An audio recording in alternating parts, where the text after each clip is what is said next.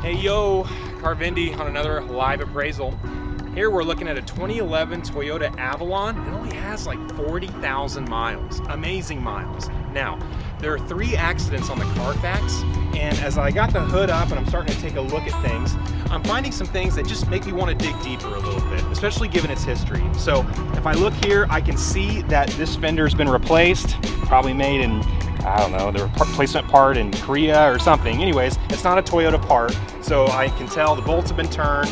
It's really slick metal under there, so I know the fender's been replaced. And I'm gonna just look deeper into the apron just to make sure that this thing doesn't have like structural damage or structural repairs. Even if it did, it doesn't mean that the car isn't worth anything, but it's a safety issue. Metal can fold in. It's like a Coke can. If a Coke can gets crushed and you bend it back out, it crushes easier the next time. That's why we look and to make sure that, you know, there's no structural repairs, or if there are any, we can back up for it accordingly. So I can see looking here, I like what I see actually. Like I see these, this normal factory seam sealer, those tight braids. That's Toyota, that's consistent, that looks good. I'm looking down into the apron, into the frame horn, and I see precision tack welds for those factory tacks everywhere that I can put a light.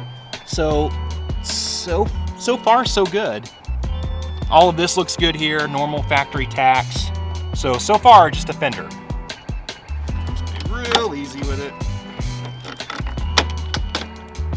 And it looks like here, this looks like a factory panel. Looks like maybe they painted it on the car. I've got no bolts turned, so okay.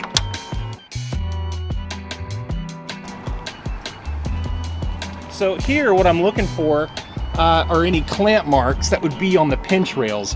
That might give me an indication that this was on a frame machine, perhaps, you know, kind of put things back in alignment, but I don't see anything. So I got a painted door. Paintwork's of a really good quality though. The color match is nice. There's not a lot of like Bondo or orange peel. It looks like a good repair. Here I'm just pulling weather stripping just to make sure that I didn't have any compromises to the A-pillar. Looks good. Normal factory tack welds. Interesting. I think this looks like a reskinned door. So it looks like they've reskinned that. You know, it looks like it's the original door, but the dent was so bad they had to just like it sounds, they literally reskin the front of the door to get all that metal looking just right. And it shows usually on the interior seams like that. Checking tack welds.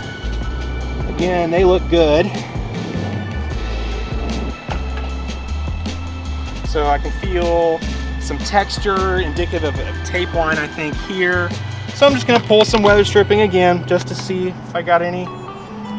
Yep, so forgive me, this part is what we refer to as a quarter panel, and on a unibody, that is, there's no ladder frame, a quarter panel is the frame, that is the structure of the car. So that's why I'm looking extra closely at these panels.